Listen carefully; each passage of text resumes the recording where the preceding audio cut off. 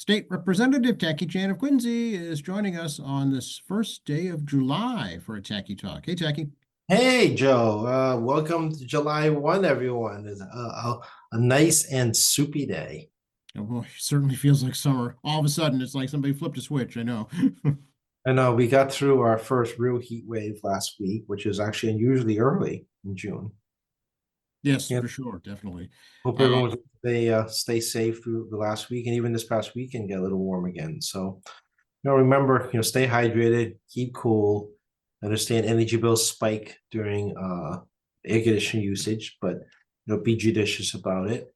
And try to enjoy the ocean or pool or whatever you have to try to keep cool. And most important in mind, folks, so two things: don't leave your kids and pets in cars at all in this weather. Period. Do not leave them in cars. Take them with you, and then obviously West Nile virus is back. So I'm aware it's really hot and it's tough to wear sleeves during the warm weather, but be aware in the evening, get your mosquito spray out if you try to go for a walk in the cool evening. yes, all the joys of summertime here, and a good idea to check on your, especially elderly neighbors, especially if they live alone. Yeah, they don't feel heat like my mom does. She doesn't feel much heat anymore. So it's everything's a cold day no matter how hard it is outside. And it's tough on folks on so many different levels. And just because you don't feel hot doesn't mean you're not sweating. You're just drying out a little slower than most other people. But you do put out sweat. It's just natural occurring if it's warm Right. enough. And of course, the yard work. We talked about this last week. I mean, we have a lot of people that do a lot of work out there in hot weather because they have to do it, and we sometimes don't always appreciate the hard work those folks do. Yeah, no, it's very true. And the new month also brings the new fiscal year, and looks like there's a budget that may be in place. Yeah, the House and Senate voted on the Conference Committee budget yesterday on the 30th, sent to the governor's desk, so it's technically on time. The governor has 10 calendar days to sign or veto or line in veto or amend the budget. I know they didn't get much of a preview. They were taking some guesswork based on the pre-conference reports, basically the two versions of the House and Senate. And the governor will decide if she wants to reemphasize some of her priorities through the veto pen or line item veto pen or amendment pen. Allow multiple ways for the governor to respond to spending bills in the state.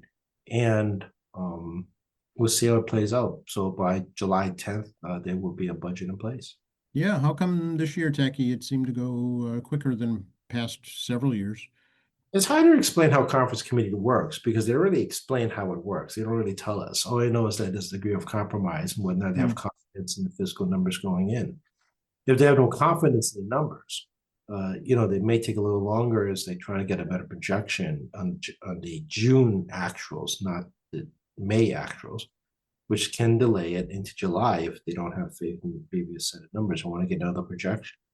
Other issues that may come up is outside sections. People aren't aware they can sometimes put public policy in the state budget on the outside, what we call the outside sections. And that can tie up between the branches regarding debatable certain public policy matters. And this year, the budget had very thin amount of outside policy issues. It really is predominantly budgetary, which should make it easier if they agree upon what the projections are. Yeah, so I mean, a lot of them are prefix costs we've talked about before. The biggest difference going in that I saw was the amount allocated to the T. So what was the final agreement? I don't have it in front of me. Okay, all right, but the House, as I recall, the House version was significantly more than the Senate version. Yeah, the problem in the Senate is that, unlike the House, the majority of senators do not live in MBTA districts. Right. People tend to forget that. So us in T world care, those outside don't. However, we did provide some money through the surplus monies from the millionaires tax already to try to cover some of the T costs, which should provide some relief for the T structural deficit. And then we'll see about what we can do this year. And there's always perhaps opportunity if there's a surplus of funds, which I'm not wicked confident, as you can hear from my voice, makes an appearance. For those who don't know, the MBT actually has a very major structural deficit where the two biggest costs really are a capital debt, which is always around 30% of the budget, and the other was electric, which starts around 18, 20, 22% of the budget, depending on the electric rates. And even though they are an aggregate, they buy everything in bulk at fixed rates, competitive supply style. It's still expensive to run the MBTA. Mm. So so the T's fixed costs pretty much, half its budget. Not quite half, but it's close to half the budget, some type of fixed cost. So that's part of what we refer to as the structural deficit. Yeah, one thing I did see that was approved was funding for fare-free regional transportation on the regional transit agencies. So that's codified now. Yeah, this is really not the level of service you guys are used to in the MBTA, right? You have a lot of buses, you have a lot of close distance buses, meaning that you can get from Walls to Quincy Center on a bus. It seems far in the city, but it really isn't when you're in the rural areas. In rural areas, that's like a short walk. Mm-hmm. So, unlike here, a lot of the regional transit, in the more rural areas, it makes more sense. It also doesn't run nearly as frequently. So what you're used to here, showing up every whatever times an hour, over there might be one time every several hours. Right. The regional free transit is actually a little easier when you don't have a very frequent usage in terms of time. It doesn't mean the buses aren't full. It's just that the time spent between RTA buses or more far apart. But you have self-funded ones. For example, you have Brockton as a classic example, right? The city funds their regional transit, provides some support for them. I know I've seen an Acton regional shuttle bus type thing go around there. Not exactly a big bus at all. It's a small little bus, but works for a small community. Trying to think, Springfield, I think, also has its own regional transit, which pays for a chunk of it, if I remember correctly. So there's no shared cost in those communities. Unlike here in Quincy, the MBTA is a shared cost inside the MBTA district area. So Boston, Cambridge, Quincy, Braintree, I mean, it's a shared cost. So your T fare subsidize somebody else, on the Alewife line, for example, or the Boston line, and vice versa. And also share the capital costs in the statewide system. I'm sorry, regional MBTA system. But if you're an RTA, those buses that need capital improvement, there's no cost sharing. It's really up to the city, really towns to pay for it, and the state provides them subsidies. Right, exactly. Yeah. So what happens now? We'll wait for the governor. Got 10 days to sign. We'll wait for the various vetoes and line of vetoes and amendments that she may bring down on us. I have no idea how it's going to play. Well, what didn't make it into the budget, Tacky, that's still kind of in committee? You may have seen in the press, the bar advocates, the lawyers provide legal services for folks that cannot afford legal services. That's still an issue that's somewhat outstanding. Not entirely clear because I got like one email about it, but dearth on details other than what I see in the paper. And normally we do hear from the bar advocates if there's a rate increase problem. They haven't seen a rate adjustment in a dozen or so years. So as you can already see, they're not taking new cases. I think in Suffolk, North, and Nantucket is one of your hearing right now, and it's something I have to address down the road. So the budget line item only addresses the cost of bar advocates, but doesn't address the individual hourly rate depending on the type of case they take. The more serious cases, the higher the rate. But again, the rate hasn't been adjusted in over a dozen years, and we've been talking about inflation for a long time here. And when you're living on a fixed cost rate, and we had 5 really brutal years of inflation, you can imagine what it does to the bottom line for a business. Yeah, it's a pay cut essentially, right? Yeah. Yeah, because your fixed number, you're running a little business or a mid-sized business as a law firm, and you're getting a fixed rate on these bar advocate cases. And yeah, your cost of business it just keeps going up. Yep. How about the broker fees that we've talked about here in the past? Did that make it in? Yeah, they adopted the version that the Senate did once, as well as the governor did, which actually came out of my committee. The language, and what it does is essentially prohibits the landlord and the landlord's broker from charging a fee. That's the bottom line. And you only have to pay a fee with your own contract broker if you so choose to get a broker. So some people may want to get a broker, and they have to engage in a contract to do that. It has to be an active contract. You can't just like spring a fee on someone. So we'll follow New York and other states now on some no more surprise fees on the day of closing. How's that sound? Sure. Yeah. Funny that we're talking about the budget right now. I just got a news alert that Vice President Vance has cast the tie-breaking vote on President Trump's quote big beautiful bill after a vote-a-rama. So it looks like it passed. Yeah, down in the Senate, they have a different process over there, depending what branch you're in. And this was an open game situation on amendments, and you can debate amendments. I don't know if the rules are set up, but you can debate amendments, which is slowing the thing down. And the goal of the Republican Senate, because they only have 53 votes, was to try to get a majority vote, not a supermajority vote. Those who pay attention to Washington may remember that the U.S. Senate has this bizarre rule that if certain things come up, they have to get 60 votes in order to quote unquote break a filibuster. Those of you that think filibusters standing in a room and talking, forever is not a thing in the U.S. Senate. They just announce a filibuster, and then people need to come up with 60 votes to override the filibuster. So there was a lot of procedural issues going on in the U.S. Senate trying to bring it down to just majority vote, which J.D. Vance, not surprising, Vice President, as a president of the Senate, had to cast a tiebreaker because this was very controversial. It was made everywhere, not necessarily because, again, I don't understand how you cut taxes and spend more money. For the love of, I just don't understand how that works. It's a very Republican thing of all things. They do this a lot down there in DC. Well, it's called deficit spending. Yeah, and they are addicted to it. I mean, people blame Democrats for this, but I mean, common sense people, you cut your revenue increase and you spend more money. Duh. I mean, this is the part I would never understand about the public on this particular matter. It's like, oh yeah, we're going to spend more money and cut taxes. That's like you're going to take a pay cut and spend more on a vacation. I mean, what are we as a collective unable to do basic math? I mean, this is what dealing with in DC, especially with a Republican administration, which I find astounding. But also more importantly, they're doing cost shifts. For example, there were cost shift SNAP benefits we saw last week, which the parliamentary wrote out. They rejiggered, for lack of a better term, their Medicaid.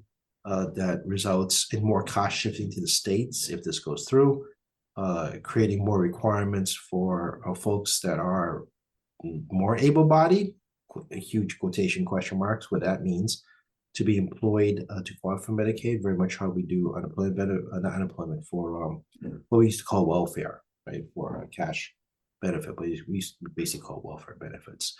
So, there's some stuff going on in the bill that will very likely, affect low income, lower middle income folks. And if we hit an economic period where there's an increased number of unemployment, it's going to affect middle income folks in particular first. They become lower middle income. And you might find yourself on that situation. And it probably it's a little tricky, this one, whether or not it affects Obamacare, because Obamacare is just an extension of Medicaid. And not surprising, senators from states that are no tax, lower income states have a higher adverse effect on Medicaid. They don't have things like a Commonwealth Connected. So they're much more dependent on government health. So that's why a lot of these senators have been balking. And there's no guarantee this is going to survive still. They still have to do a reconciliation between the House versions. Right. Yeah. Now the House knows where the Senate is, and they know the Senate is, very teetering on a vote. And the House, don't forget, only passed this by one vote too. That's right. So this is a very much, standing on the chair of one leg, balancing, balancing dishes and cups on sticks on your nose. And they're really on a very teetered situation for the House and Republicans trying to thread a needle to deal with not necessarily just policy interests on deficit spending, but also balancing act regarding individual constituencies about the negative impact this bill will have on their constituencies. Yeah. So here in Massachusetts, how would it work Tacky, if the budget had to be, revisited because of the federal cuts? Well, we wouldn't reopen the budget. I mean, the Okay, 9C cut, for example, which is a power that she has, if it's demonstrated that our state revenues with agreement from ANF is going to be, 10% below normal. I think it's 10% threshold. The governor can 9C cut the budget. Although I've seen it done less than 10%, so I don't think that's right number, Mike. But does the demonstration of revenue projection software can 9C cut the budget? She says she can cut the budget. It will. I see. This is a little bit different because if there's a revenue shortfall that isn't tax related but federally related, does she pay 9C cuts? She's probably going to have to. And then if she creates savings through these 9C cuts, they have to come back to us for a reappropriation. So, for example, let's say we're short $1 billion in Medicaid, and we start scrounging the trust funds and other reserve accounts we could use, like the supplement, like the rainy day fund and whatnot. Let's presume that everything's exhausted. No rainy day fund, no trust funds, no fancy accounting methods. Everything's been exhausted. In theory, could Nancy cut $1 billion from all over the place and then send it back to us, and then we could reappropriate the $1 billion to Medicaid. I see. Okay. You have to trim like $1 billion off only 1/3 the budget, which means Gotcha. the Okay. 62, 65. Well, it depends on the fixed cost, but we're going to really call Okay. it. So, that'd be 1/3. So it's like $20 billion or so, right? She has to slash $1 billion off. For example, this is a hypothetical, to try to fill $1 billion hole, which means we have to cut $1 billion. Mhm. Okay, all right. So, okay, but it would be up to the legislature to reappropriate. Okay, Reappropriate money that's been cut is to reallocate. gotcha. Or we could do this on our own by cutting line items ourselves, Oh, and then reappropriate the money somewhere else. But we would need a recommendation from the governor first. I see.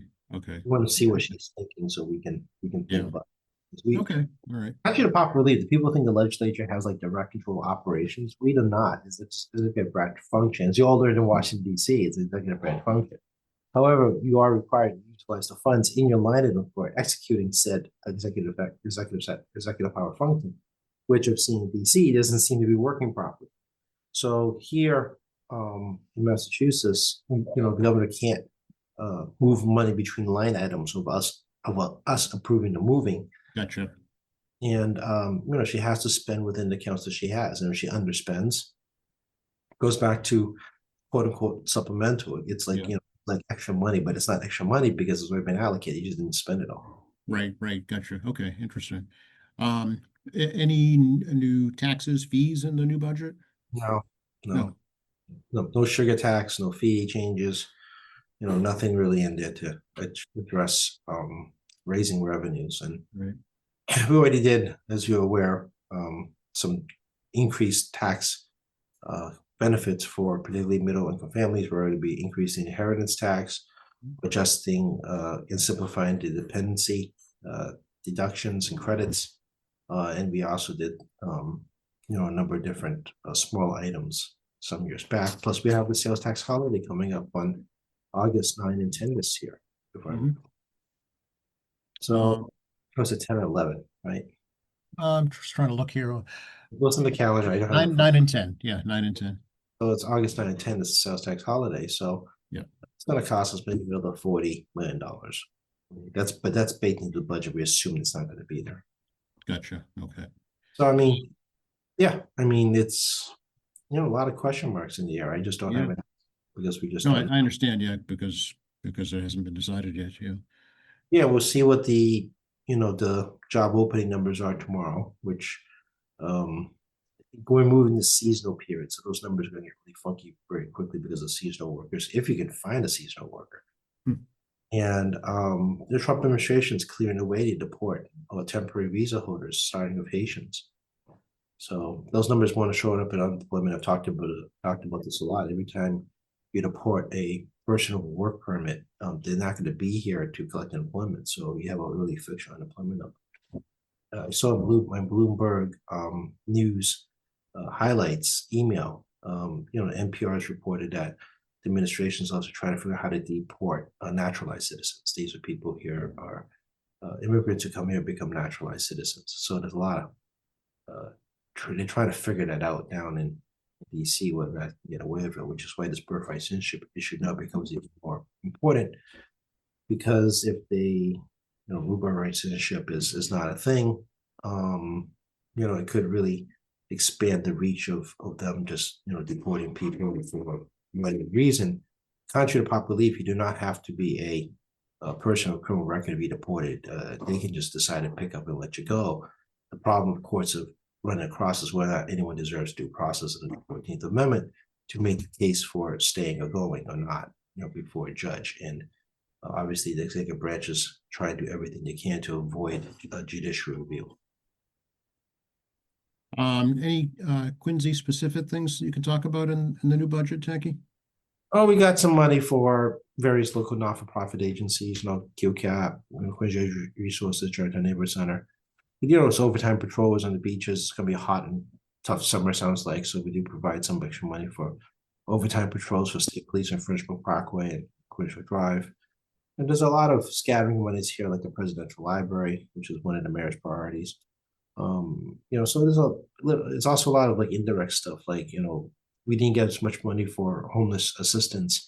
I understand Father's Bill statewide, not just Father's Bill, but statewide, they were advocating to get about 122 million, but we came up with like 112 million. So we didn't quite get everything we wanted because they're anticipating an increased spike in homelessness given the rate the economy is moving. So there's a lot of stuff that I call direct funding to the city and towns, and there's like indirect, like we talk about Chapter 70 local aid, right? I mean, that amounts to just under $50 million, right?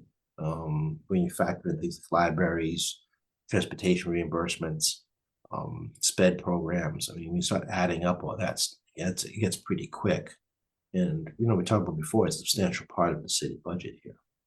All those things add up. The council of aging is part of that calculation. It all adds up pretty quick. Sure. So, the city does get a lot of assistance already, on top of anything else we get at earmarks, plus all the stuff we're doing on state properties. Yeah. Did the speaker's amendment for the parking garage downtown hold up? Yeah. That was pretty much a no-brainer. Again, the speaker wants to earmark. It saves the city taxpayer money. I have to double check it, but I'm pretty confident it's just fine.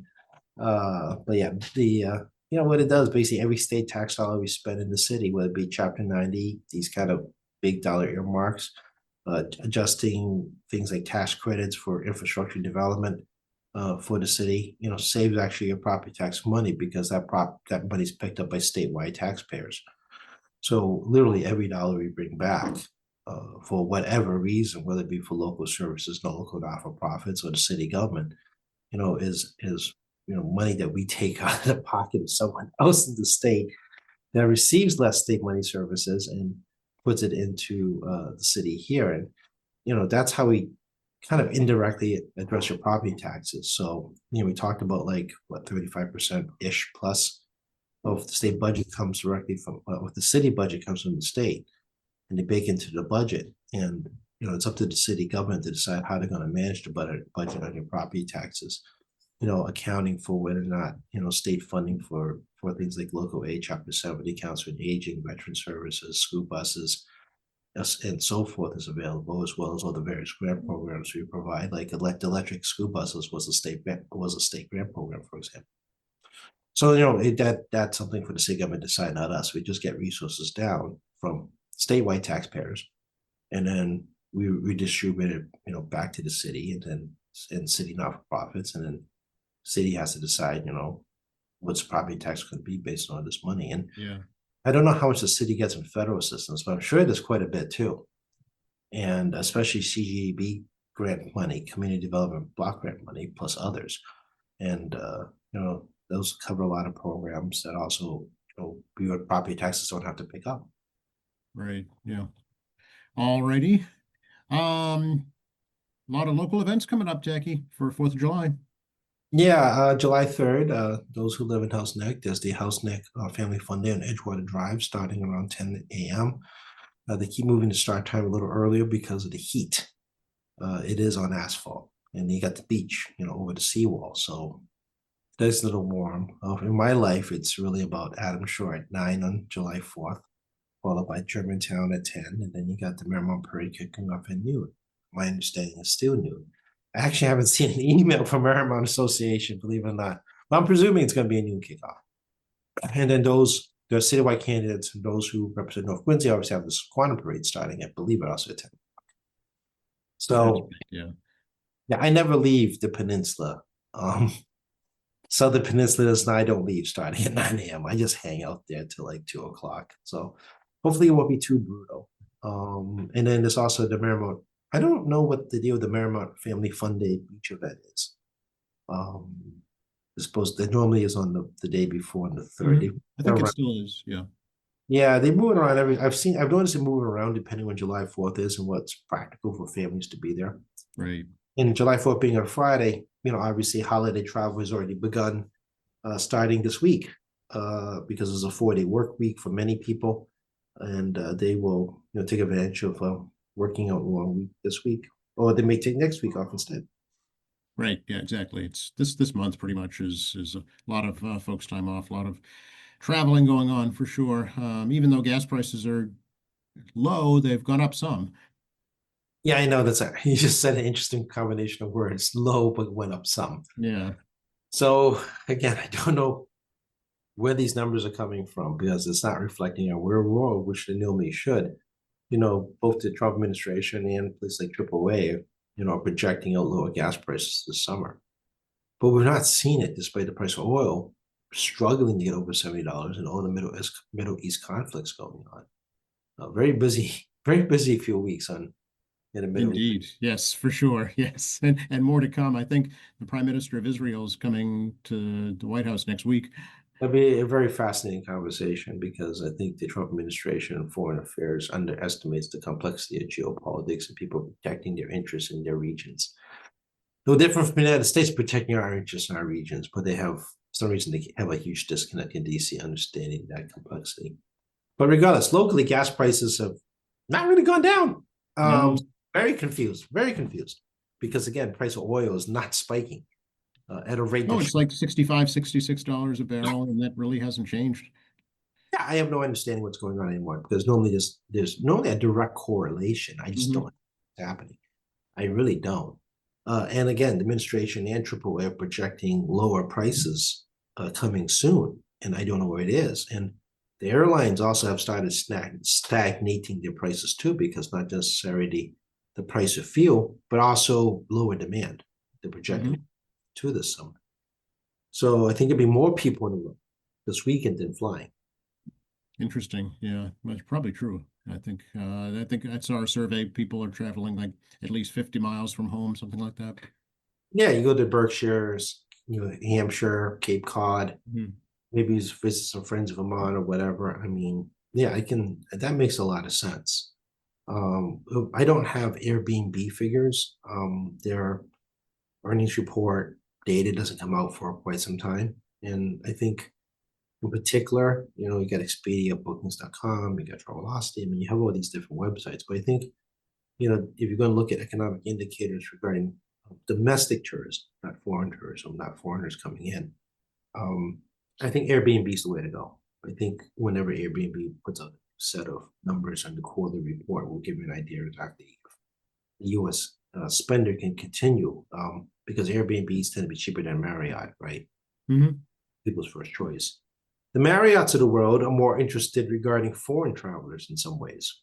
And given the political climate and the fact it's getting more and more brutal for people to get into this country, you're going to see domestic tourism hurt. And I think it's something, the media should really talk to MOTI when the summer's, not MOTI, yeah, Mass Office of Tourism and Trade, yeah. When they get to the end of the summertime to see how things pan out. Obviously, it's beginning of summer. Tourist season is really kicking off for us on July 4th weekend. There'll be 500,000 people at the Pops like we always do. Right. But I'd be interested if, other countries are visiting us with their dollars. The dollar's actually pretty parity at this point for everybody else in terms of value. So you have a somewhat weaker dollar right now. So foreign travel to the U.S. is becoming more affordable for the moment. Yeah, I'd be curious to see how business travel is impacted too later this year after summer. Yeah, because obviously we don't know now. I mean, you can get booking data from travel agents. You call travel agents, or you talk to like a Marriott. You can get some advanced booking data. Same thing conventions. If people call it a Washington Convention Center, or like anywhere in Vegas, for example, which is a big convention hub, probably one of the biggest in the country. If the booking data is not good, it's an indication of whether people can spend. And international cities like ours, New York, LA, San Francisco, Chicago, DC. I mean, they're very dependent on foreign tourists. So, airline data plus, booking data from hotels will clue you in how things are going. As I don't have the information, it's only July 1. Right. It's all like advanced bookings, but doesn't show like, you decide like the weekend before you see a getaway deal and you run off and take the getaway deal. 40% off. You just happen right time, right place, right? But You have to be able to move quickly. Yeah. yeah, and so I mean, when you get to like September, we may have some good data in June, July, August, and of course we're a leaf peeping area. So when October hits, that's our next big tourist tranche, for lack of a better term, in this area because a lot of people come in and see leaf peeping from all over the United States, particularly around the world from here. So tourism's a number 2 or 3 economic driver, depending on the state of the economy. Mm.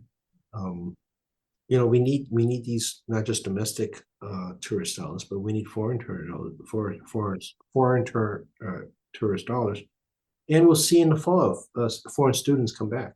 I was just going to bring up the international student issue because we don't know, right? Yeah. We don't know, and again, I said before, it doesn't just affect the colleges; it affects all the elite high schools here. It also affects private schools that are doing college prep for, frankly, rich foreign kids for the most part. Mhm. And that has direct in our economy because they pay taxes that we get to keep, but they'll never see the benefit of really. Since we have a state sales tax, not a national sales tax, um, foreign students are paying sales tax in Massachusetts, they don't get a refund. Right. And they're not really costing services, really. Correct. Yeah. So that's kind of part of the intriguing thing about all this. So yeah, we'll see what there is a economic impact associated with student visas, temporary visas, working, 10-year visas to HB1. You can create economic development visas. I mean, there's hundreds of visas out there, and not everyone can work with a student visa. Can't get a job like a regular job. They have to get special permission to get a student work visa. They have to get Yeah. a special permit. Again, a second visa on top of another visa. So yeah, we'll see. I mean, I think you and I may be listening to this, and I don't feel economic impact in this, but if you're a small business, that are within, 10 miles of college area, and you're listening to this, you're like, oh yeah, I'm already seeing this. So Sure. the Yeah. listeners, viewers, will all have a different opinion on this because, we'll always say, well, it's direct impact on me personally. But if you're a policymaker, you got to really think not necessarily how it impacts you personally. Sometimes you actually have to think about people that aren't you, that aren't in your geographic zone, and how that impacts you, or actually how it impacts them, which have a ripple effect back to you down the road. Yeah. It's, small coffee shops, diners, I don't know, a myriad of small businesses we can't even think of right now. Yeah, consignment shops, Mhm. small craft shops. When we used to have newsstands I was was I was gonna say newsstands, but I said, oh no, that'll date me. yeah, that's us dating ourselves. But newsstands were very much driven by Big students. time. Yes. I remember the old one in Harvard Square Of sitting in course. the Yes. boardroom. Yes. So, but today that's how that works. And I do understand we have digital books and all that, um, but there is a whole lot of things about, when your parents visit, they want to take back that souvenir. Sure. There is absolutely. And even even the public libraries, I mean, they depend on students for their circulation. Yeah, exactly it. And also intercirculation between libraries and schools. People don't realize it. Again, we're dating ourselves, intercollegiate library services. I know, but there is some validity to that for sure. Because if the service is viewed as not needed, eventually the money's going to be looked at as well. Well, that's another thing the Trump administration is looking at because the end of the Department of Education also ends intercollegiate information sharing, aka libraries. Yes. No alternative system in place. So yeah, there's a real impact, folks. It's just because you don't feel it, let's say you don't feel it yourself personally, doesn't mean there isn't going to be a ripple back to you later on. Right. Yeah. It's, it's a global economy and it's a regional economy and it's a local economy too. And we're all we're all part of it in some to some degree. Yeah, yeah, because like when my observation, my lifetime doing this is always interesting because people are like, oh, they feel an effect, but something else just happened like 6 months ago. Right. Exactly. Which is tariffs ideally is that's how they're going to be impacted later this year. Yeah, Amazon announced yesterday that they had a massive buying spree before tariffs. And a lot of their third party vendors also, if they could, had a massive buying spree, which explains this monster trade deficit by April, because people were desperately trying to get all their goods as much as they could to try to prevent a price shock near term. At some point, that's the stuff that's already in inventory is going to be consumed. And depending on what happens in 8 days from now, 9 days from now, we determine what happens next because you're going to see another massive trade deficit number in June as people are trying to get all their stuff at a not low tariff rate, but they're still paying tariffs, and you won't see that inventory come up until later on this summer. Right. And in some places, as I said before, we do advances. They charge earlier more money so they can pay the custom fees because they want their stuff released. Right. Yeah, exactly. So it's going to be all pretty much all year to kind of pan out. Yeah, and small businesses will see it first. You and I should really see smaller impact price raising sooner than Amazon because they can't warehouse the same amount of volume. Right. So, as we learned through the pandemic, half this country's economy is small businesses and large chunk of small businesses, restaurants, and retail. So, you will have a real actually tough situation where Amazon has always been able to undercut smaller businesses, and same as Walmart. But now they can actually hold it longer on a fixed price, while small business may have to raise their prices sooner, where they're anticipating a tariff, already received goods that are going to cost more. You as a consumer, you and I have been pinched already for inflation and wage inflation slowing down significantly. And now you got to make this tough choice. So you're going to help this Main Street shop that had to jack up the prices 10+%, or you're going to go to Amazon, which is probably 10% or maybe even 20% cheaper than that Main Street shop for that same good. And this really puts consumers in a bad spot because obviously you want to support a local businesses, our local economy, but your pocketbook is pretty tough. Yeah, it's like they say, charity begins at home, right? Yeah, I really believe most people want to help a local business. I just really think it's a hard situation Right. now where all of us are really tightening up our belts and prioritizing what's important. And Amazon and Walmart's will always have the distinct advantage in that situation. Yeah, yeah, it's a stark reality for a small business owner for sure. But they can't afford to charge less than they're paying for their items. That's a recipe for disaster. Yeah, exactly it. And those are small business owners. You can tell I'm somewhat aware of this. My dad ran a restaurant when I was a child, so not like I'm a professional restaurateur by any stretch of the imagination. I most definitely am not. But I understand the stresses involved because you saw when dad came home. Right. And so what do? Employees are the biggest expense, so they're probably the first to go, and that adds to the unemployment rolls.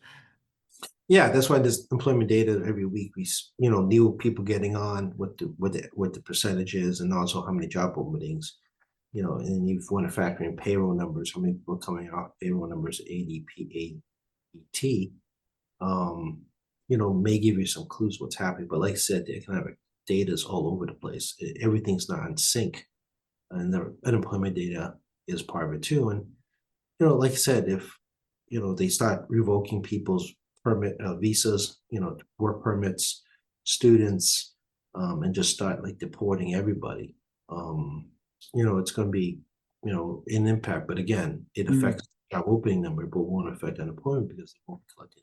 right. Yeah. Do you know how Canada does it, Tacky? I understand that we as American citizens cannot go and get a job there or a permanent job there.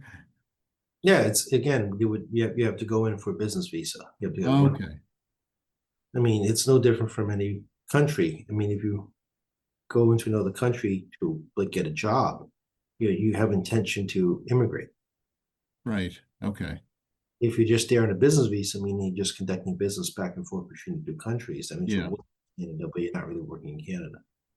So, there's a huge difference because people that generally gets jobs in your country generally wants to stay in your country. Right. Right. Unless there's a temporary situation like we talk about this all the time. Cape Cod, you realize having foreign temporary workers, which I don't think is really going to happen that much. Mhm. Administration, which creates a workforce shortage, and the joke we have in Tuckett's going to charge you $30 a cup of coffee where things are going because the labor cost is very high. And we saw that during COVID.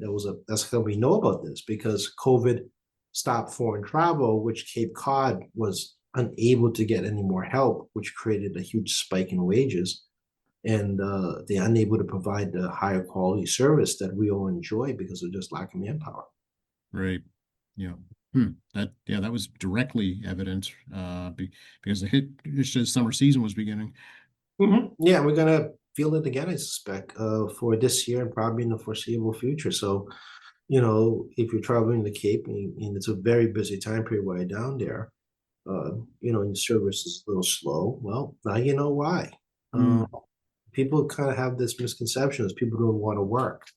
Okay, I get it. Those people exist. But when you don't have enough people to work, it's not the same thing as people don't want to work. right. Right. Exactly. Yeah. So what are you doing at the State House now? Budget's all done. Well, it's a quiet zone, so July 4th week, I don't expect anything to be happening in the State House. I have two back-to-back public hearings, so there's one coming up next Monday and Monday after that. You can watch us at malegislature.gov. Feel free to watch us and watch our recordings. I'm actually in process of pulling bills out of committee on my first set of bills under the rules that has me have bills out of committee either 30, 90, or to turn Route 10 in December, which is going to be the first Wednesday in December. However, the House leadership would like us to get stuff done within the, I'm sorry, 60-day time frame, 60, 90 or to turn Route 10. So, but they'd like us to get our stuff done within 60 days, which we are going to do our best to meet the 60-day requirement. And we got our first set of polls that went out today to the committee members, and hopefully they'll report back before the hearing starts on Monday, and they can announce the results of that poll.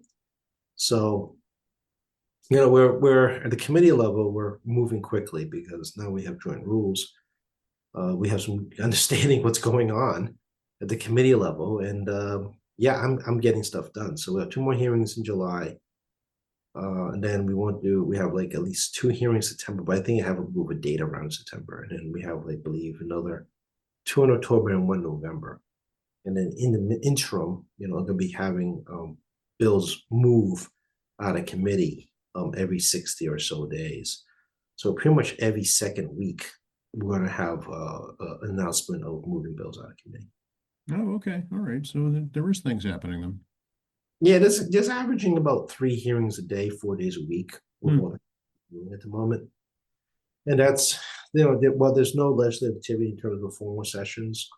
And we do have informal sessions every 72 hours where anybody can object to continuation. The committees are a full year since April and trying to get these hearing schedules moving and done. And the senators don't have to move their bills until during Route 10 deadline in December. The funny thing is now that we've adopted a position where House bills go to the House, Senate goes to the Senate, we can't do maneuvers like attaching bills to go to the Senate or vice versa, and we can't move things in each other's study orders. It really changed the dynamic of how we operate. And that means that since we're no longer joint chairing for the purposes of moving bills out of committee, as I explained to folks, we are now not sharing work, meaning that, being the co-chair used to like decide, all right, well, I'm not doing 100% of the bills. I mean, we got to work out a deal where you can take some off my hands, I'll take some off your hands. And Right. we'll see how far we get in moving our committee bills. Hmm. Is that going to Now, slow things down, you think? well, it's going to create a large number of volume. It's Yeah, going to double up the normal amount of favor reports yeah, going to the House, because normally half of those bills would go to the Senate. right. Yeah. Hmm. We would literally negotiate saying, you go first here, I'll go first Mhm. here. Okay, you need this issue, you go first, or I need this issue, I go first. No, it's going to be literally 100% release into the House, and Ways and Means and third reading is going to have to deal with abnormally high number of bills coming to committee for me. Yeah. You need more staff. Yeah, we're managing okay. I mean, I have two committee staff folks. We've been discussing about how we're going to do staffing, given the higher level work, but also have three personal staffers too, which helps pick up the load. And then and then that's just how it is. I'm not the only committee going through this. I mean, Yeah. every going through the same process. So it'd be a good time to visit the State House, actually. Yeah, I mean, one advantage is coming when it's quiet for tours. One, you get to roam with the building, because it's not crowded. Although I've met even this deep outside of COVID, it's still far from the days when, pre-COVID, when you literally have 300 people roaming the hallways literally all the time between tourists and people doing business Hmm. and advocates. So we're still far from those days where the building, average 300 people all the time, every hour roaming around. But it's also a good time because you can actually kind of mosey around the building undisturbed. Right. Yeah, exactly. Yeah. See places you might not be able to. Yeah, for example, the State House Library is beautiful, and it is a real library. So, we always encourage people to come up and take a look at the State House Library. They redid the library, I want to say a dozen, 10 years, 12 years ago. So they did massive restoration. So, things like that, tour guide would take you through, but you can also just, go in there on your own. So Mhm. as you all know, every week I encourage people to come visit the State House and walk the hallways of John Adams, John Hancock, and JFK. It's again one of the few places you can actually say for sure that you walk the hallways with them. Yeah, exactly. Yeah. Of course, Independence Day here, in Quincy is going to be very busy, as we talked about. But what about in the State House? Not much. I mean, obviously the State House was closed Independence Day, uh, largely because it's Independence Day. Hmm. The last thing you want to deal with is being in Boston on Independence Day. As I said earlier, 500,000 people at the Hat Show, but that means another 250,000 plus or more Hmm. of the city. In June and July 4th, again, a major economic driver for the city of Boston. And locally, I mean, I know that people sometimes sit at Walson Beach. People used to have radios, but they don't listen to the pops and with a little bit of a time delay watching fireworks from the beach. So they also have local firework events too. Isn't did Braintree already have theirs? They had theirs last week. Yeah. Yeah. Randolph has theirs on Thursday nights, and I think Canton also. Yeah, so you have some regional events. The Yeah. Patriot League actually does a pretty good job on telling the local July 4th event. So if you don't feel like going to Boston Pops and you want to see some fireworks locally, there's plenty still in the South Shore and local geographic region that you Oh, can. yeah. Weymouth typically launches them from West Augusta Beach the night before the 4th, I think. Yeah, Inner Bay Point have been doing it for a while too. Yes. I don't think they're doing it this year. I don't think so. Yeah, I didn't see a notice in my email. I generally get a notice them doing that. So for those who don't want to brave the crowds, Boston, I mean, you can always look at the Patriot Ledger and Mhm. find regionally, you can go see some local fireworks without it being squished, being close to the Hat Show. If you're so fortunate to find like a rooftop bar or you have a buddy that lives in the Charles, obviously, you should take advantage of that. Yeah, or you have a boat. You have a boat, which I think, given the heat, a lot of people would be on the water. Yes, for sure. Yes. So don't feel like you can't take your family not to see fireworks somewhere in the area. And of course, we did Flag Day, which was spectacular. In my mind, I thought it was spectacular. And people obviously, we don't do July 4th. As far as we've lived here, we've never done July 4th in Quincy in terms of like, a firework display and things like that because we did it during Flag Day. No, although the Adams National Historical Park has some like reenactments going on of the reading of the Declaration. I think there's a play at the First Parish Church as well that folks can check out. So those are free too. So folks should see what the national park is doing here, right here in Quincy. Yeah, just go on the website. Obviously, National Park Service, has things, the U.S. Constitution available, the Freedom Trail is available this Mhm. week. The aquarium, in Boston, people love aquariums. Things, Museum of Science. I mean, there's no shortage of places to go to keep cool and enjoy this weekend locally. If you want to do a staycation, a lot of places you can visit. Obviously we have the Adams stuff here, but you can go down to Plymouth or you can go to Battle of Lexington and Concord. They haven't quite ended the celebration out there. Look up on the website if there's any activities still going on in Yep. Lexington. Of course, Plymouth does huge things on 4th of July as well. Yeah. So again, we have the internet, folks. It's not like you can't find something. And next year's the 250th anniversary of the revolution, so there'll be more stuff going on. 1776. Yeah. Yes. And if I'm still here, I mean, 400 years for the founding of the Bay Colonies in 2030. We'll see. I'm going to make it that far, Joe. Oh, is that a little hint? I don't know. I'll be 5 years older. So, so what? You expect me to still look the same 5 years in the future? yes, absolutely, Tacky. You're ageless. Sad part is now that we're doing some video and all my social media, you can actually make your determination if I am truly ageless. But I do age. It just moves at a different pace than other people. That's all. Oh, I see. Okay. So in the short term, we can still get a hold of you, though. Of course, 617-722-2370, 617-722-2370.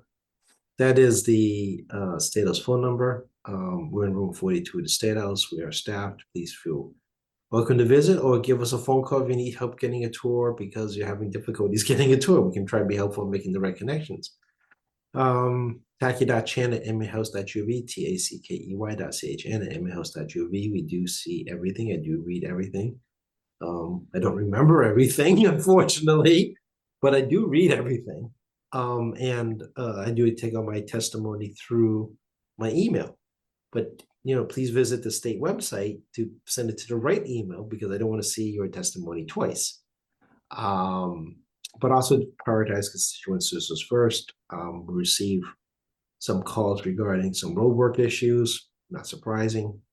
Between the cold and the heat, things like Furnaceable Parkway is taking a bit of a beating, plus National being out there, which they're supposed to be doing some paving sometime this fall. Cross my fingers. Yes.